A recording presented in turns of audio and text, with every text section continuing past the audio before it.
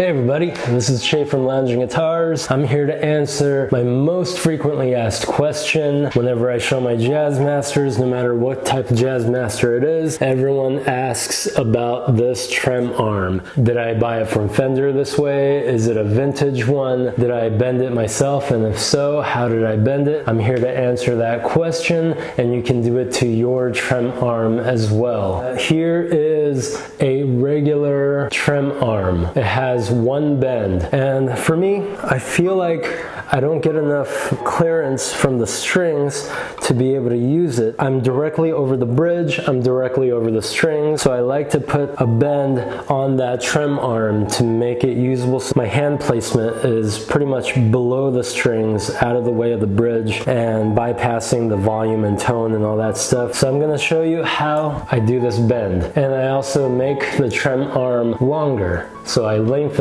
your trem arm as well. Alright, here are the ingredients that you'll need for today's recipe. You'll need your trem arm, a super glue gel. This one's a Loctite super glue ultra gel control, and you'll need a drill with a drill bit and a 2x4. So the drill bit will need to be very similar in size to the diameter of a trem arm. So I'll just get a caliper here and 4.7 millimeters, and this is about 4.6 millimeters, so that's perfect.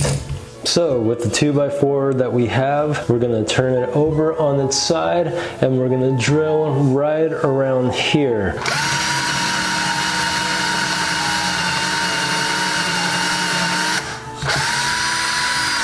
So it really doesn't matter how far you drill in for this one, but I would suggest going down about a couple inches. Check if the trem arm fits in there. It fits in there nice and snug, and that bend is about this much into the arm, and then I'm going to make the bend. So you're making a little jig to make that bend. And then now I'm going to bend a little more on this side of the trem arm, so just taking the edge of the 2x4.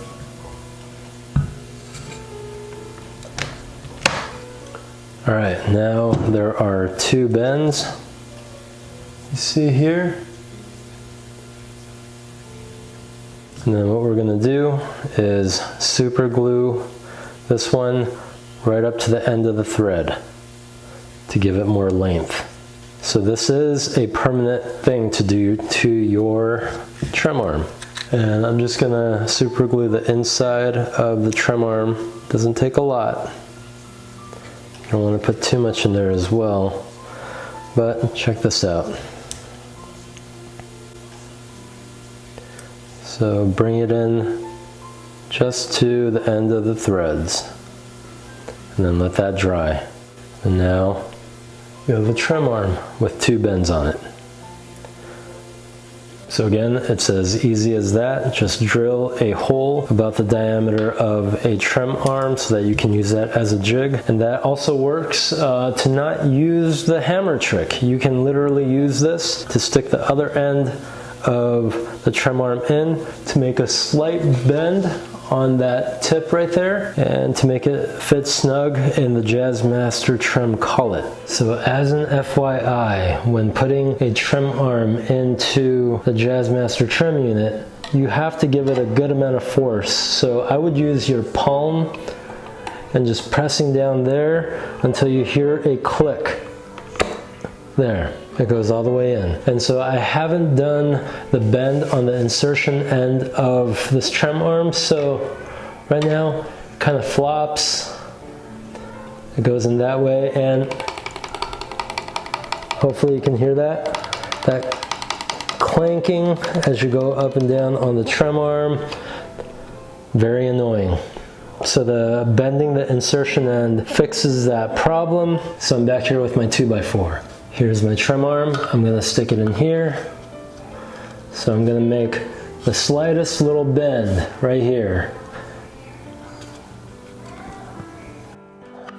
So here's my Jazzmaster and my trem arm. Again, use your palm, press firmly until a click. There we go. And then now, not flopping around anymore. It stays exactly where you put it, and no more clanking when you use the trem arm. Alright, that is how I set up a Jazzmaster Trem arm. If you think I missed anything, if you have any questions, please drop a comment. If you want to argue, if you want to bash me, drop that comment as well. But this is how I set up the trem arm, and it sounds great. Silent operation.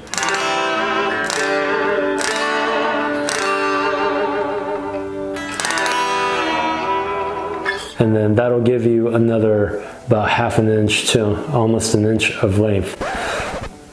Take that as you will. And then the insertion tip, man, these terms for this trem arm.